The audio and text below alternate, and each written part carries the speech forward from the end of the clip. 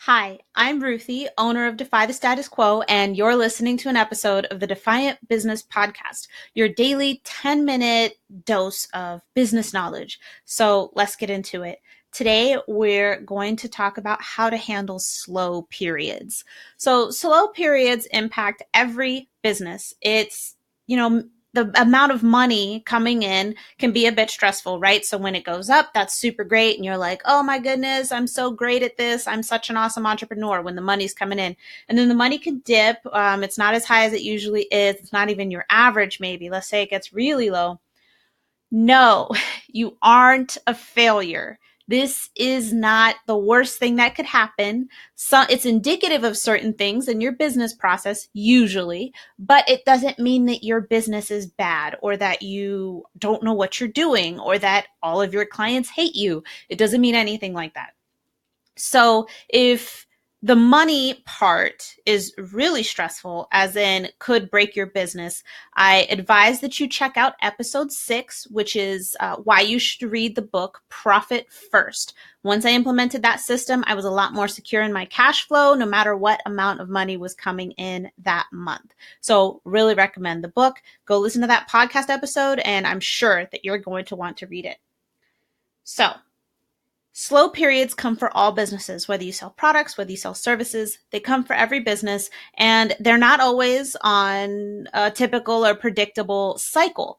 As a writer, I've often heard that summer is a slow period, but I haven't experienced that yet in my business. I've had other slow months usually, but nothing repetitive at this point. So it's what you're doing during these periods that matters the most. Just because you don't have a pending deadline or client work to turn in or client meetings to attend or products to get moving out of your house or out of your warehouse, it doesn't mean that there aren't other business activities that can't help move your business forward. The client work and everything is one aspect of what it is that you do. When you run your own business, there are business activities that you have to do in order to keep the money coming in. If you don't have any leads in your pipeline, then your business is going to start to fail. Leads in the pipeline, that typically equals money as long as you can convert them, and money is what keeps your business going. So, my advice for every business owner or marketing manager, if you're in charge of a department at your company, have a list of things to do during the slow times. Maybe while you're slammed with work, a idea comes to mind for a great marketing project or a new product or service that you could offer, but you don't necessarily have the time to develop it right now. Put it on the slow time list. That's what we'll call it. The slow time list. And that means that you will, put it on the list and take some notes if you need to so you don't lose your inspiration and put it on that list for when things slow down. Now you have one more task to do. Some other things that you might consider doing are marketing tasks. And this is one of my top recommendations. So for smaller businesses, when slow periods happen, it's typically because maybe you got overloaded with client work or client or customer orders and you stopped marketing as much as you normally do. Well, a dip in marketing activity typically correlates to a dip in leads or a dip in client work or customer orders. So what you want to do is try to ramp up your marketing to breathe some new life back into your pipeline. So this could be anything. It could be that you write more blog posts, but what I recommend is not blasting all of those blog posts out in a really serious, inconsistent manner.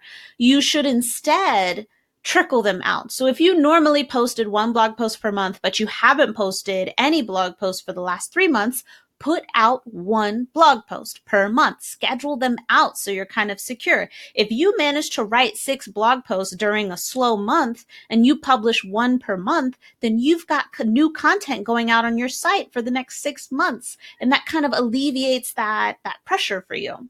You might also consider creating a new lead magnet for your website. Whether you sell a product or a service, a lead magnet's great. In a previous episode, we talked about content variety and how different things like ebooks, case studies, and white papers, how they impact the sales funnel for your leads. How does your LinkedIn profile look? If you've met me or you've paid any attention to my content in the past, you know that LinkedIn is very important to me. How does your LinkedIn profile look? Even if you don't use it, people will still use LinkedIn to look you up. So you want your LinkedIn profile to look great. Does it accurately reflect where you are in your business now?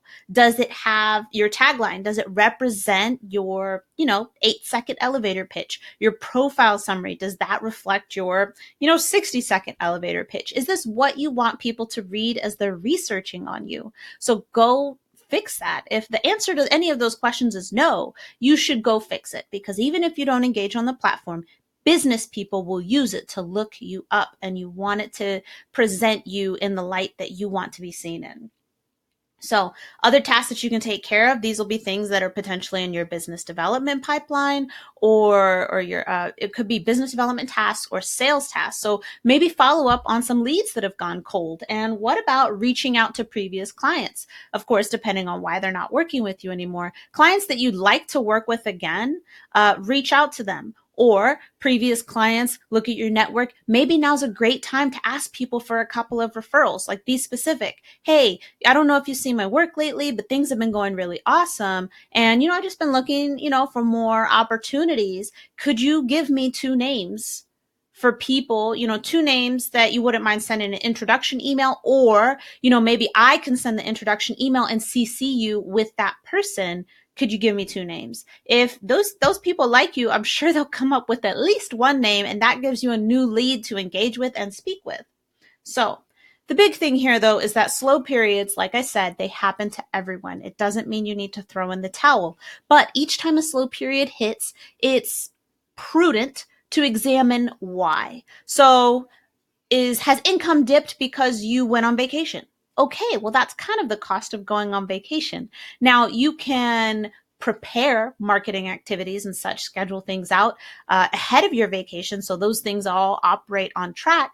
But otherwise, maybe it's their okay, so federal contractors. If you're a federal contractor listening to this right now, you are getting ready to enter the really busy time at the end of the government fiscal year, where government agencies and organizations spend a lot of money. You may not be marketing as effectively because you're busy engaging with your customers, getting in those last minute contracts, those last minute single source awards. And so that means your marketing is not necessarily going to be on point. So you may see a lot of work from old or previous clients or customers, but you may see a dip in new customer work that comes in. Totally fine. Just make sure that you're assessing those and understanding the reasons behind your slow periods. For smaller businesses like freelancers, like writers, were you sick at all last month? Maybe. Oh, that would account for your, lower marketing activities, which would potentially account for lower leads coming in because you weren't feeling well. So once you can understand the reasons behind your slow periods, you tend to feel a little bit better about them. But the primary business point that I want to touch on here is that consistent marketing and sales activity are the keys to business success. As long as you've locked down your services, you're great at what you do, you make your clients or customers happy, and if you sell products that your product is, it either meets or it exceeds your industry standards, if you've got those things locked in, then it'll be the business side of things that probably trip you up.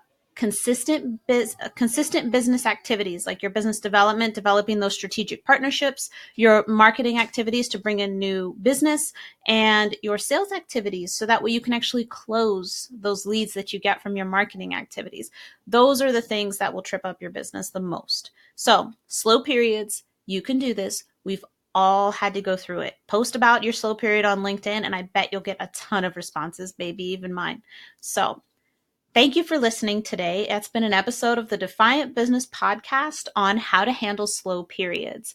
We'd love to get your feedback on this episode, so please feel free to leave a comment wherever you've come into this, if it's the podcast, on my blog, or in a video on YouTube. And I'll see you again next time.